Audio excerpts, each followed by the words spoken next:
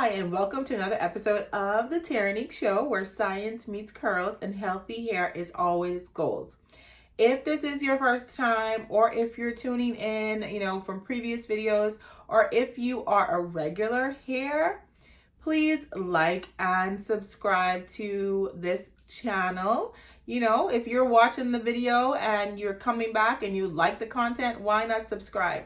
It costs you $0 to subscribe.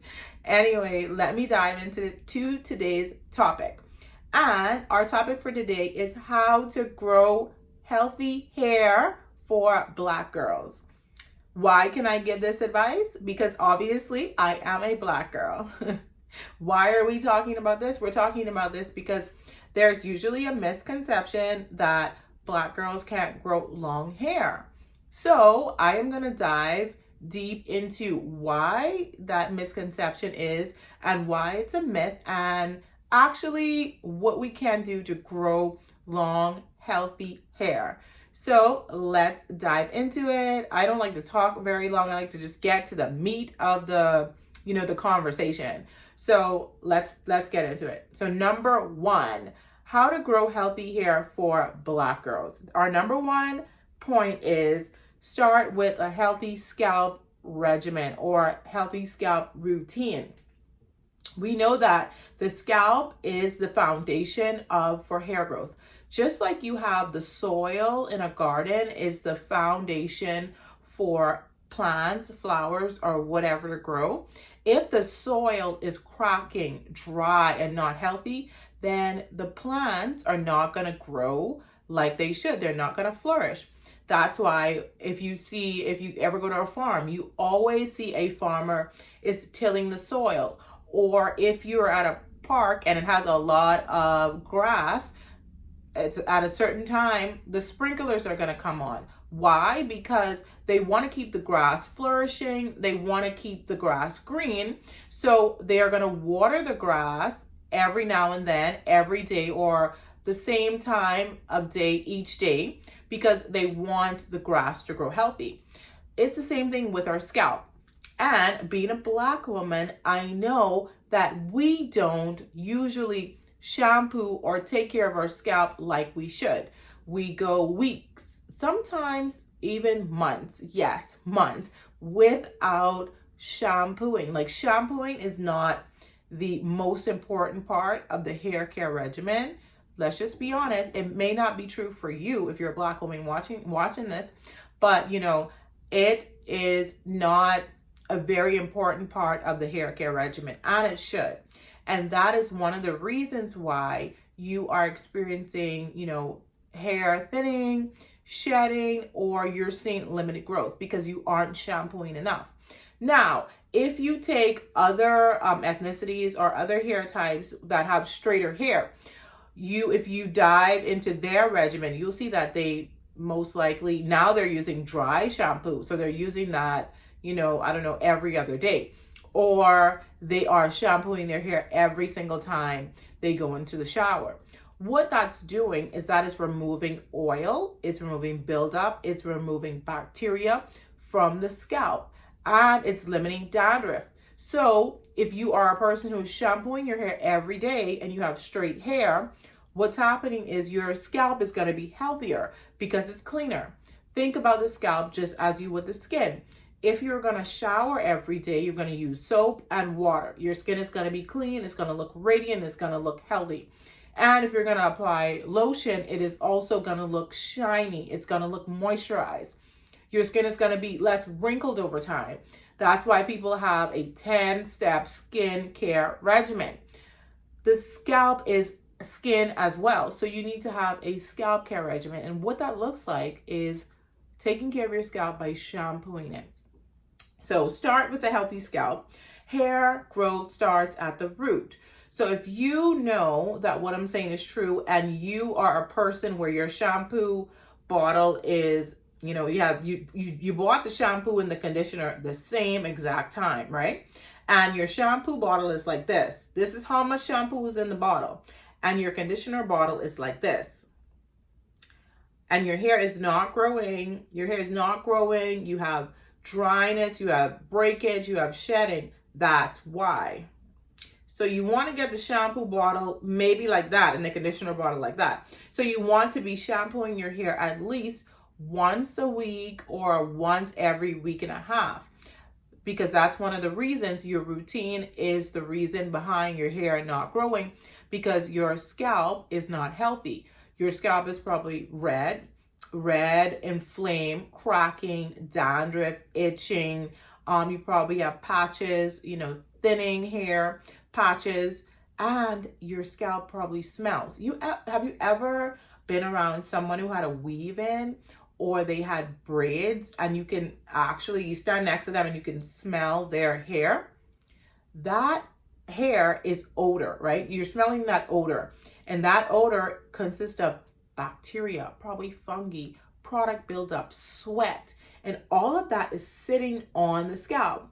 And I know there's this myth that, oh, dirty hair grows hair, so a dirty scalp grows hair. No, it does not. That's what you think. It does not. That is false. Yeah, your hair is grown because it's been dirty. Your hair is probably grown because it's been in that same style for, I don't know, as long as can be.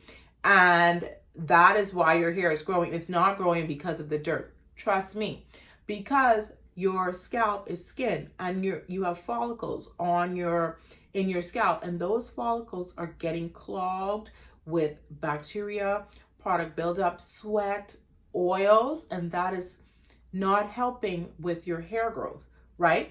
So this is why you need to shampoo. I mean, come on, who wants to be smelling their hair? Like, who wants to smell their hair? And especially if you're a woman and you have a man, do you want him to lay beside you and smell your hair smelling funky?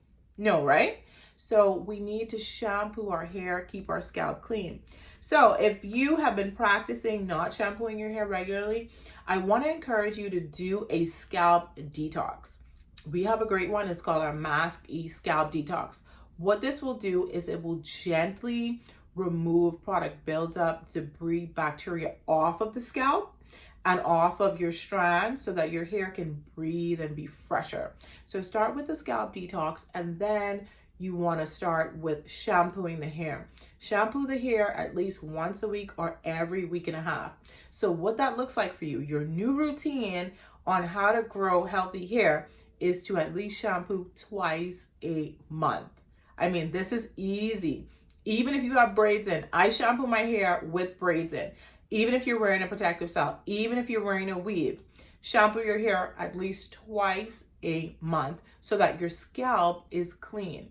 Think about it. If you were to shower twice a month, how would your skin look? What would be the condition of your skin? Just pause and think about it. You would have acne. You would, I don't know, like have sores or boils. It would be dry and cracked. Your skin would be in a bad condition. Think about it. It's the same thing with your hair and your scalp. So you want to be shampooing at least twice a month, okay? Number 2 is moisture is everything. And in order for your hair to get moisture, guess what you need to do? It needs to be clean so that moisture can enter into the strands, right? So my first point is valid for all points, shampooing. Okay, so moisture is everything. Dryness leads to breakage. We know that if, you take a shower, you jump out of the shower, and you don't put lotion on, like for me with my skin, I have to put lotion on. I'm going to look ashy. I'm going to look dry.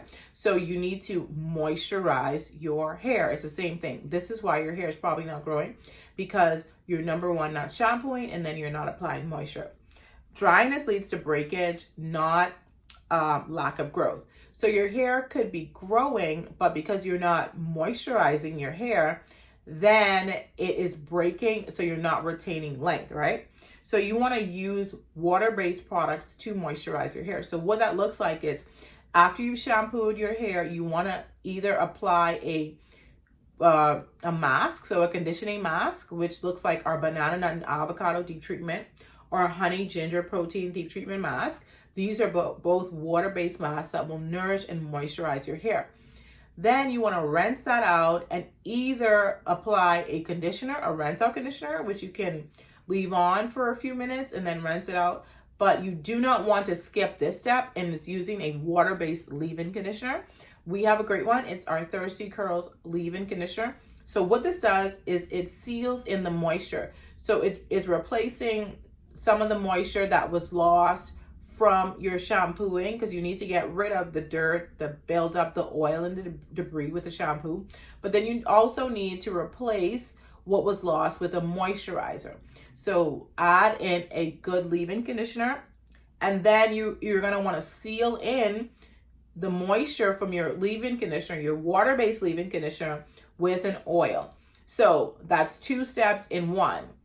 You are going to use a leave-in conditioner for hydration, for moisture, for detangling, and then you're going to use a oil to seal in moisture. And also, I would encourage you to deep condition your hair every single time you shampoo. So if you're only going to be shampooing twice a month, what that looks like is you're going to be deep conditioning twice a month.